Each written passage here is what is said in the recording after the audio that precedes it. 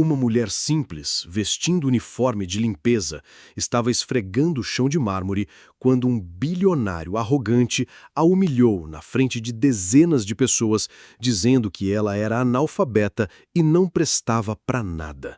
Mas quando essa mulher abriu a boca e começou a falar fluentemente em 8 idiomas diferentes, incluindo japonês, russo e árabe, o silêncio foi ensurdecedor. O que aconteceu depois foi uma reviravolta tão chocante que mudou não apenas a vida dela, mas de todos que estavam presentes naquele dia. Essa é uma história real que vai te deixar de queixo caído até o último segundo. Galera do canal O Historiador de Ouro, antes de começarmos esta história incrível, deixa aquele like maroto, se inscreve no canal e ativa o sininho das notificações para não perder nenhuma das nossas histórias emocionantes. E me conta aí nos comentários, de qual cidade vocês estão assistindo? Quero saber onde estão os verdadeiros historiadores de ouro. Agora, prepara o coração, porque essa história vai mexer com vocês do início ao fim. O inverno carioca de junho trouxe uma manhã cristalina à Barra da Tijuca. No 47º andar do mais luxuoso edifício comercial da região, conhecido como Palácio de Cristal, devido às suas paredes completamente envidraçadas, a luz dourada do amanhecer se refletia, criando um espetáculo de cores que dançavam sobre o piso de mármore Carrara importado diretamente da Itália. O aroma de orquídeas raras, trazidas semanalmente do Equador, perfumava o ar-condicionado que mantinha a temperatura perfeita de 22 graus Celsius. Executivos de ternos sob medida, com relógios que custavam mais que carros de luxo, atravessavam o saguão com suas conversas em tons baixos sobre fusões milionárias e investimentos internacionais. Helena Nascimento movia o esfregão hospitalar com movimentos precisos e quase hipnóticos.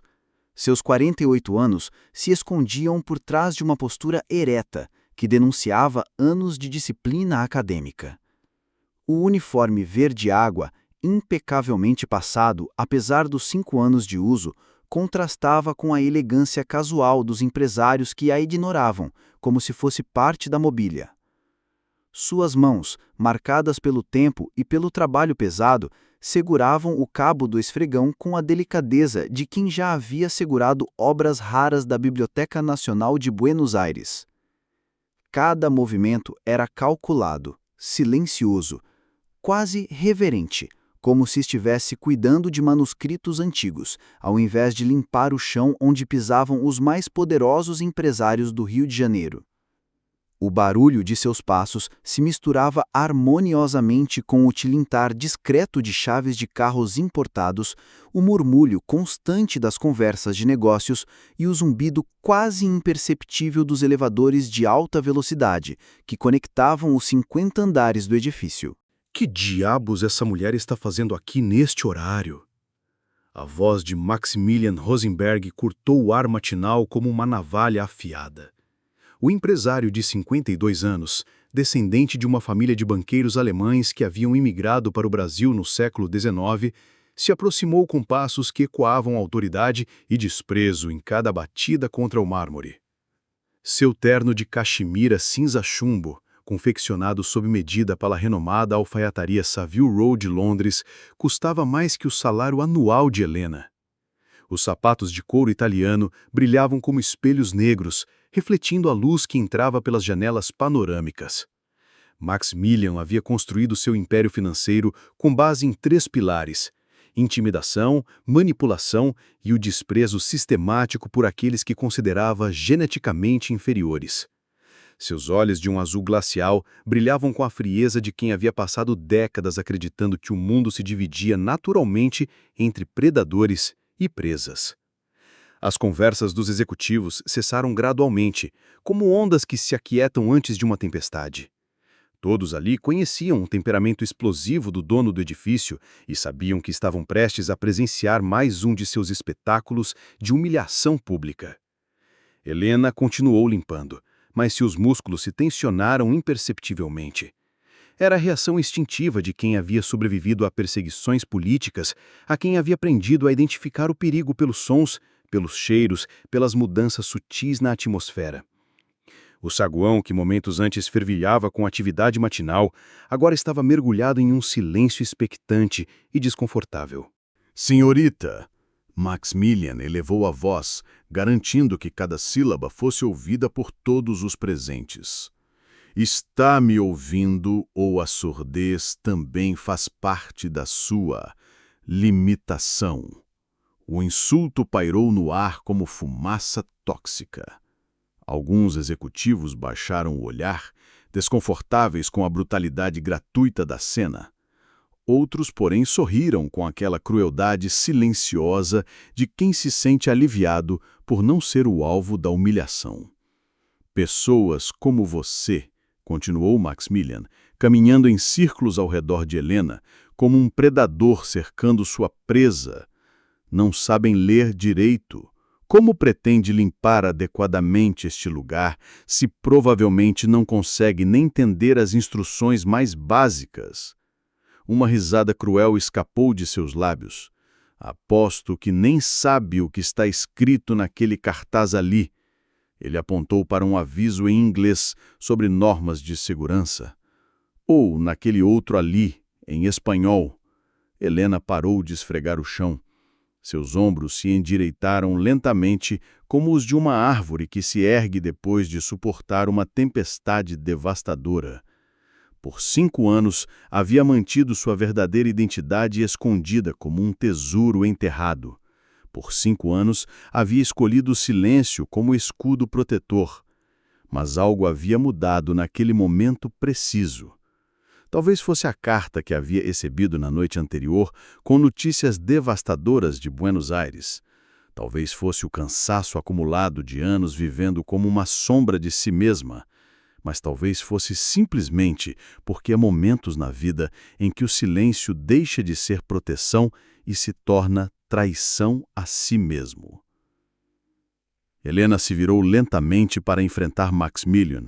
Quando seus olhos se encontraram, algo mudou instantaneamente na atmosfera do lugar. Era como se uma energia elétrica tivesse sido liberada no ar. "Good morning, Mr. Rosenberg."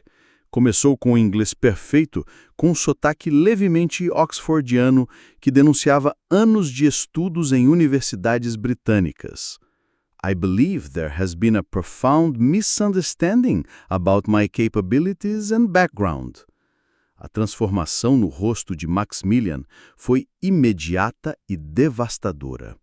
O maxilar caiu ligeiramente, os olhos azuis se arregalaram em choque puro e suas mãos começaram a tremer quase imperceptivelmente. Mas Helena estava apenas começando. "Bonjour, monsieur", continuou em francês impecável, com a pronúncia refinada de quem havia passado anos na Sorbonne. "Je peux vous assurer que je comprends parfaitement toutes les instructions, ainsi que les nuances culturelles de cet magnifique établissement." Um murmúrio de assombro se elevou entre os executivos presentes. Smartphones começaram a ser discretamente retirados dos bolsos, dedos nervosos iniciando gravações que logo se tornariam virais nas redes sociais. "Guten Morgen, Herr Rosenberg. Möchten Sie vielleicht über deutsche Literatur sprechen oder Präferenz Gespräche über internationale Wirtschaft?" Maximilian havia empalecido visivelmente. Suas pernas pareciam bambas, como se o chão de mármore tivesse se transformado em areia movediça sob seus pés caros. "Bom dia, signore." Helena continuou em italiano melodioso, cada palavra pronunciada com a perfeição de quem havia vivido em Florença. "La polizia não é só do pavimento, mas anche dell'anima. E hoje, forse, entrambia no bisogno de atenção." O saguão estava agora completamente silencioso. Até mesmo os elevadores pareciam ter parado de funcionar. Os executivos se aproximaram mais, magnetizados pela cena surreal que se desenrolava diante dos seus olhos. "Dobrie utra, Господин Rosenberg." A voz de Helena ecoou em russo perfeito. Возможно, вы хотели бы обсудить произведения Толстого и Достоевския? Или preferite говорить о международных финансах? Maximilian tentou falar, mas apenas um som gutural incompreensível saiu de sua garganta. Era como se sua capacidade de formar palavras tivesse sido completamente anulada pelo choque. Ohayou gozaimasu, Rosenberg-san. Helena continuou em japonês fluente. Nihon no kuka ni tsuite hanashimasen ka? Soretomo kokusai teki na bijinesu no hou ga okonomi desu ka? Algumas pessoas na multidão que se formara começaram a aplaudir, discretamente. Um jovem executivo sussurrou para outro. Isso é impossível. Como ela... Mas Helena ainda não havia terminado. Zabaul Khair, Seyyid Rosenberg. Sua voz fluiu em árabe clássico. Hal tuwaddu an natahadassa anil adabi arabi? Am tufadal munakashat al-iqtisad ad-duali? O golpe de misericórdia veio quando Helena mudou para mandarim. Sua pronúncia tão perfeita que poderia ter nascido em Beijing. Zaoshan Hao, Rosenberg Shinshen. Ninxiang Taolun, Zhongguoku Dian, Wenjiu Haiji Gang Jiyuan Ditan, Goji Shayu.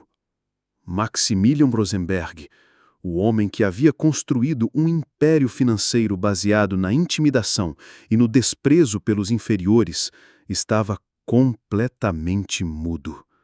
Suas pernas tremiam visivelmente, seu rosto havia adquirido uma palidez espectral, e suas mãos se agarravam ao parapeito de mármore mais próximo como se fosse a única coisa impedindo-o de desabar. Helena recolheu seu esfregão e balde com a mesma tranquilidade e dignidade com que havia falado em 8 idiomas. O silêncio no saguão era tão espesso que se podia ouvir o bater do próprio coração. Ao passar ao lado de Maximilian, ela parou apenas por um segundo. Suas palavras, pronunciadas em português, com a serenidade de quem domina a sabedoria verdadeira, ecoaram pelo saguão como um decreto divino. A verdadeira educação, Sr. Rosenberg, não se mede pelo dinheiro no banco ou pelo poder que se exerce sobre os outros. Ela se revela na humildade com que tratamos nossos semelhantes e na sabedoria de reconhecer que cada pessoa carrega histórias que jamais imaginaríamos. E com estas palavras, dirigiu-se ao elevador de serviço, deixando atrás de si um silêncio que ressoaria muito além das paredes de vidro do Palácio de Cristal. No bolso de seu uniforme, cuidadosamente dobrada, Helena levava uma carta que havia chegado 2 dias antes. As notícias de Buenos Aires eram devastadoras. Sua antiga universidade havia sido fechada. Seus colegas do departamento de linguística haviam sido presos ou exilados. E sua filha mais nova, que havia ficado para cuidar da avó, estava desaparecida há 3 meses. Helena Nascimento não era seu nome verdadeiro. Na Argentina, ela havia sido a doutora Helena Milagros Santa Maria, professora titular de Linguística Comparada na Universidade de Buenos Aires, especialista em idiomas indo-europeus, com pós-doutorado em Oxford e Sorbonne. Havia falado sua primeira palavra em francês aos 3 anos, quando seus pais diplomáticos a levaram para morar em Paris. Aos 10, já dominava inglês, espanhol e italiano. Durante a adolescência em Moscou, onde seu pai servia como embaixador, aprendeu russo fluentemente. Os anos de juventude no Japão adicionaram o japonês ao seu repertório. O árabe veio durante seus estudos de doutorado, quando passou 2 anos no Cairo pesquisando manuscritos antigos. O mandarim foi aprendido durante um intercâmbio acadêmico em Beijing. Mas, em 2019, quando a situação política na Argentina se tornou insustentável para acadêmicos que criticavam o governo, ela havia sido forçada a escolher entre a prisão e o exílio. Escolheu a vida. deixando para trás tudo o que havia construído em 50 décadas de existência. A fuga havia sido planejada em apenas 48 horas. Com documentos falsos obtidos através de uma rede clandestina de refugiados acadêmicos, Helena Santamaria havia morrido oficialmente em Buenos Aires para que Helena Nascimento pudesse nascer no Rio de Janeiro. Os primeiros meses no Brasil foram um pesadelo de sobrevivência. Sem reconhecimento de seus diplomas, sem referências que pudesse usar, sem família ou amigos, ela havia aceitado o primeiro emprego que lhe ofereceram: faxineira em edifícios comerciais. Cada dia era uma representação cuidadosamente orquestrada. Acordava às 4 da manhã no pequeno quarto que dividia com outras 2 mulheres no subúrbio carioca. Tomava 3 ônibus para chegar à Barra da Tijuca. Trabalhava 10 horas por dia limpando os escritórios dos mesmos tipos de homens que, em sua vida anterior, a convidavam para palestras internacionais. À noite, quando voltava para casa exausta, lia escondida debaixo das cobertas. Livros emprestados da biblioteca pública, artigos acadêmicos baixados com Wi-Fi gratuito do shopping, qualquer coisa que mantivesse sua mente ativa e sua alma viva. Mas o preço do silêncio estava se tornando insuportável. Cada dia que passava fingindo ser analfabeta, cada comentário desrespeitoso que engolia sem reagir, cada oportunidade perdida de usar seu conhecimento para ajudar alguém, tudo isso estava corroendo sua alma como ácido. 3 horas após o incidente, Helena estava terminando de limpar os andares superiores quando sua supervisora, Dona Carmen, uma mulher de 55 anos com voz rouca de tanto fumar, a encontrou no corredor do 35º andar. "Helena, preciso falar com você", disse Carmen, e seu tom era diferente. Não a brutalidade habitual de quem gerencia funcionários de limpeza como peças intercambiáveis, mas algo desconfortável, quase constrangido. Dirigiram-se a uma pequena sala que cheirava a café frio e produtos de limpeza. Carmen fechou a porta e ficou de pé, evitando o contato visual direto. "Olha, isso é muito difícil para mim", começou Carmen. "Trabalhamos juntas há 5 anos e nunca tive uma reclamação sequer do seu trabalho. Você é a melhor funcionária que já tive." Helena permaneceu em silêncio, mas algo em seu estômago se contraiu como um punho cerrado. "O problema é que, o vídeo está circulando nas redes sociais. Já tem mais de 1 milhão de visualizações. Rosenberg está furioso. Ele ligou diretamente para os donos da empresa." No pequeno visor do telefone, Helena pôde ver fragmentos da cena daquela manhã. As imagens haviam sido editadas com música dramática e legendas em português. Os comentários se multiplicavam a cada segundo. Alguns a defendendo, outros zombando, muitos expressando choque e admiração. Rosenberg disse que o incidente causou desconforto desnecessário aos inquilinos executivos. Carmen fez aspas no ar com os dedos, sua voz carregada de ironia amarga. "Desconforto", repetiu Helena, e pela primeira vez em anos permitiu que um tom de sarcasmo colorisse sua voz. "Olha, eu não concordo com isso, tá? Mas vem pressão de cima. Os caras da empresa têm medo de perder o contrato com o Palácio de Cristal. É muito dinheiro envolvido." Carmen finalmente ergueu o olhar e Helena pôde ver em seus olhos a vergonha genuína de alguém que está prestes a cometer uma injustiça por pura covardia. "Eles vão te transferir para a limpeza de casas particulares. Trabalho por horas, salário menor, sem benefícios." O silêncio se estendeu entre elas como uma rachadura invisível. Helena podia ouvir o zumbido das lâmpadas fluorescentes, o murmúrio distante do trânsito carioca, 35 andares abaixo, as batidas do seu próprio coração ecoando em seus ouvidos. "Quando?" perguntou Helena, sua voz calma como a superfície de um lago antes da tempestade. "Amanhã já tem 2 casas designadas, uma no Leblon, outra em Ipanema. Helena assentiu lentamente. Não havia surpresa em seu gesto, apenas uma resignação cansada que falava de perdas demais, de muitas vezes em que havia tido que começar de novo. Enquanto arrumava seus poucos pertences no pequeno armário que lhe haviam designado 5 anos antes, Helena encontrou a fotografia que guardava embrulhada em um guardanapo no fundo de sua bolsa de trabalho. 6 rostos sorridentes em um campus universitário em Buenos Aires. Ela mesma, 15 anos mais jovem, seus colegas do departamento de linguística. O sol dourado de março criando sombras suaves sob suas faces esperançosas. Dos 5 colegas na foto, 2 já não existiam mais, silenciados para sempre pelas mesmas forças políticas que a haviam obrigado ao exílio. Um terceiro havia desaparecido sem rastro durante os últimos meses caóticos antes de sua fuga. O quarto, segundo as notícias que ocasionalmente chegavam através de redes clandestinas de refugiados, continuava vivo, mas havia abandonado para sempre a vida acadêmica, trabalhando agora como taxista em Montevidéu. E ela havia sobrevivido, se tornando um fantasma de si mesma. Seu celular vibrou insistentemente. Mensagens de números desconhecidos começaram a chegar em cascata.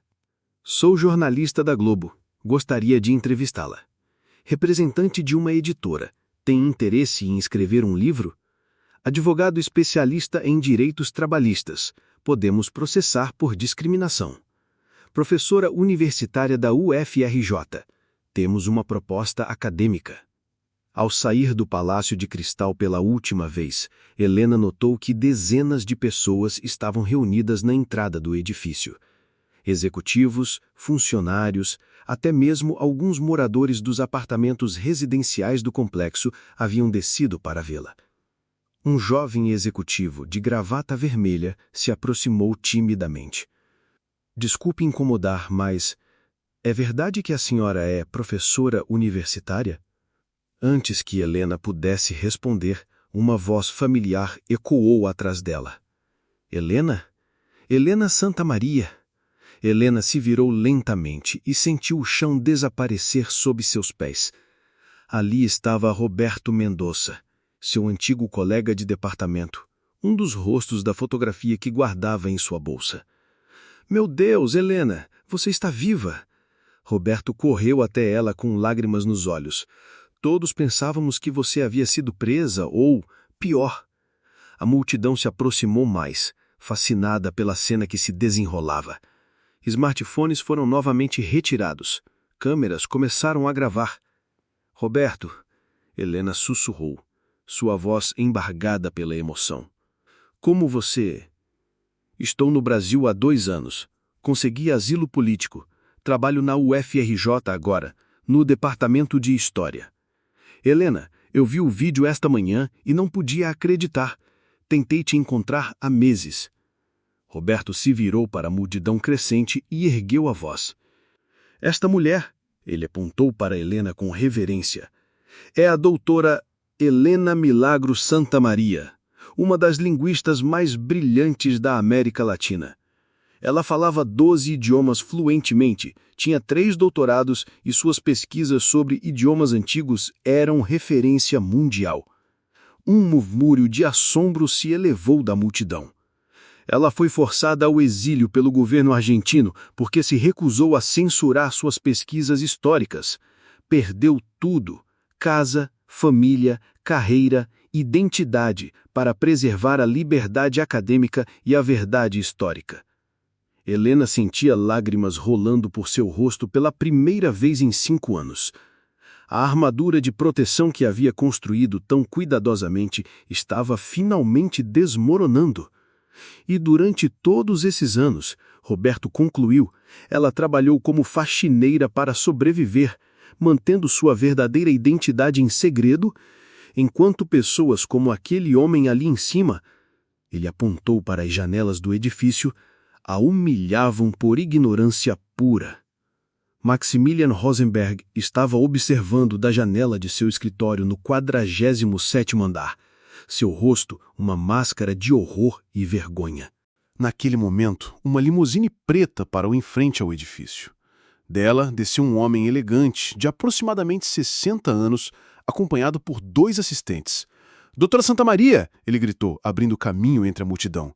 "Sou o Dr. Marcos Wilhelm, reitor da Universidade Federal do Rio de Janeiro. Precisamos conversar urgentemente." Helena o olhou confusa.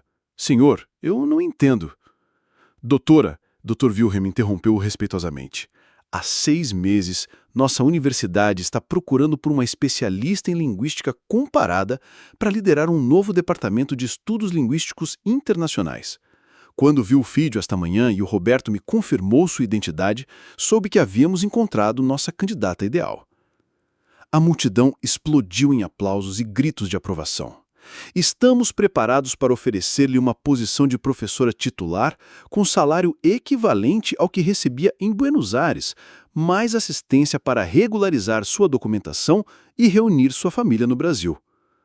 Helena ficou em silêncio por longos segundos, processando as palavras que acabara de ouvir. Depois de 5 anos vivendo como sombra, a possibilidade de voltar a ser ela mesma parecia surreal demais para ser verdade. Nesse momento, Maximilian Rosenberg desceu de seu escritório acompanhado de 2 seguranças e vários advogados. Sua expressão era uma mistura de raiva, vergonha e desespero. "Isso é um circo!" ele gritou, tentando dispersar a multidão. "Vocês estão todos invadindo propriedade privada!" Dr. Wilhelm se virou para ele com um olhar glacial. "Sr. Rosenberg, acredito que você deve algumas desculpas à doutora Santa Maria." "Desculpas? Por quê? Por ter questionado uma funcionária que estava fazendo seu trabalho de forma inadequada." Foi então que Roberto interveio, retirando da sua pasta uma série de documentos. "Sr. Rosenberg, estes são alguns dos artigos acadêmicos publicados pela doutora Santa Maria em revistas científicas internacionais. Este aqui foi citado mais de 3.000 vezes por outros pesquisadores. Este outro mudou completamente a compreensão moderna sobre a evolução das línguas românicas." Ele entregou os papéis para Maximiliano, que os examinou com um olhar cada vez mais perturbado. "A mulher que o senhor humilhou esta manhã contribuiu mais para o conhecimento humano em 1 ano do que o senhor em toda a sua vida. Seus estudos sobre preservação de idiomas antigos salvaram 3 línguas indígenas da extinção completa." Maximiliano estava visivelmente abalado, suas mãos tremendo enquanto folheava os documentos. Helena finalmente encontrou sua voz. "Sr. Rosenberg, eu não preciso de suas desculpas. Mas espero que esta experiência o ensine que a verdadeira riqueza de uma pessoa não está na sua conta bancária, mas na contribuição que deixa para o mundo." A multidão aplaudiu estrondosamente. Várias pessoas choravam abertamente, tocadas pela dignidade e pela sabedoria de Helena. Dr. Wilhelm estendeu a mão para Helena. "Doutora Santa Maria, aceita nossa oferta? O Brasil precisa de pessoas como a senhora." Helena olhou ao redor, para Roberto, o seu amigo reencontrado, para a multidão de pessoas que agora via verdadeiramente, para o céu azul do Rio de Janeiro que havia acolhido em seus momentos mais sombrios.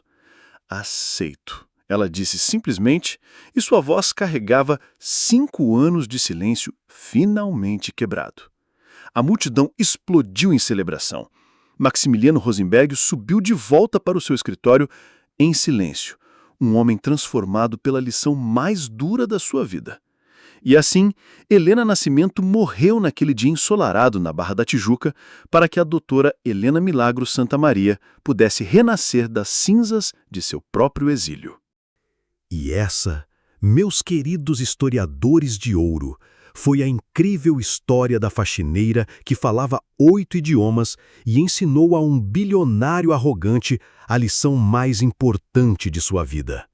Uma história que nos lembra que nunca devemos julgar as pessoas pelas aparências e que cada ser humano carrega dentro de si histórias extraordinárias que jamais imaginaríamos. Se essa história tocou o coração de vocês como tocou o meu, deixa aquele like, compartilha com os amigos e não esquece de se inscrever no canal O Historiador de Ouro para mais histórias emocionantes como essa. E me conta nos comentários, qual foi a parte que mais te emocionou? Até a próxima história, meus amigos!